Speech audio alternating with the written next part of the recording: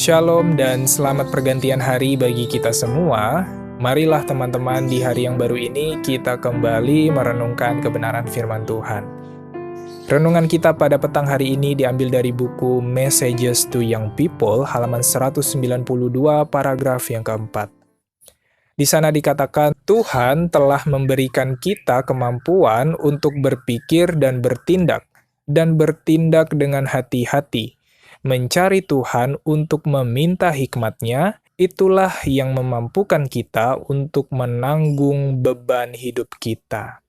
Sekali lagi, kutipan ini berkata teman-teman, bahwa Tuhan memberikan kita kemampuan untuk berpikir dan bertindak.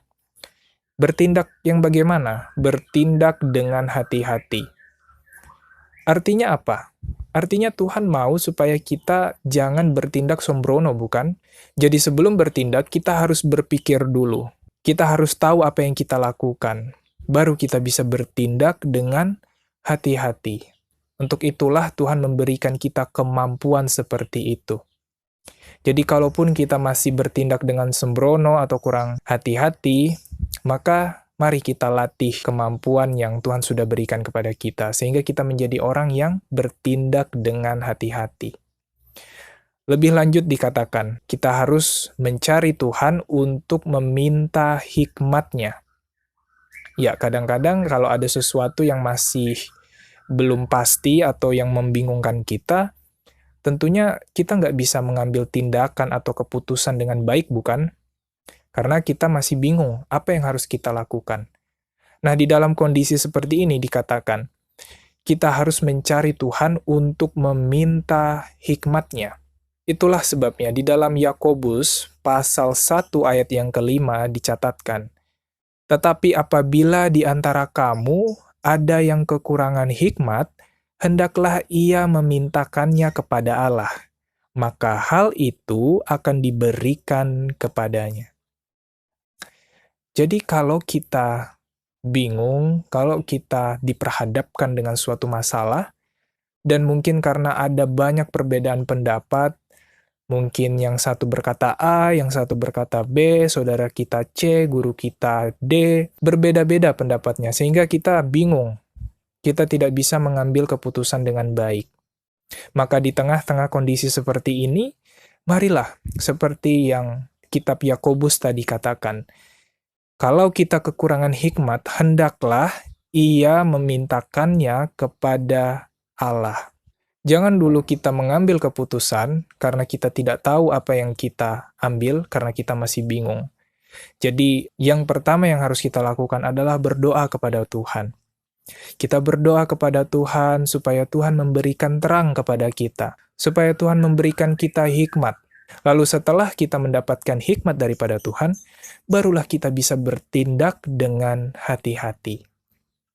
Ingatlah janji Tuhan, teman-teman.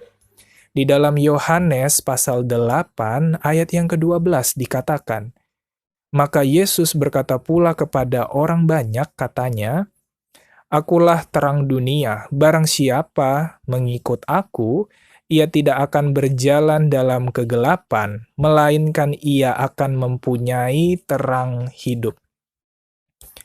Inilah janji Tuhan yang Tuhan berikan kepada kita. Kalau ada sesuatu yang kita bingungkan, kalau ada sesuatu yang belum pasti, marilah kita jangan gegabah. Apalagi tidak bisa dipungkiri untuk waktu-waktu sekarang ini ya teman-teman. Banyak hal-hal baru yang kita jumpai. Tetapi nasihat Tuhan bagi kita teman-teman, janganlah kita gegabah untuk mengambil keputusan. Janganlah kita sembrono. Tetapi kita harus bertindak hati-hati. Di dalam kondisi kita yang sedang bingung, mintalah kepada Tuhan hikmat. Kita yang kekurangan hikmat, kita yang kebingungan ini, marilah kita lebih dahulu berkonsultasi dengan Tuhan.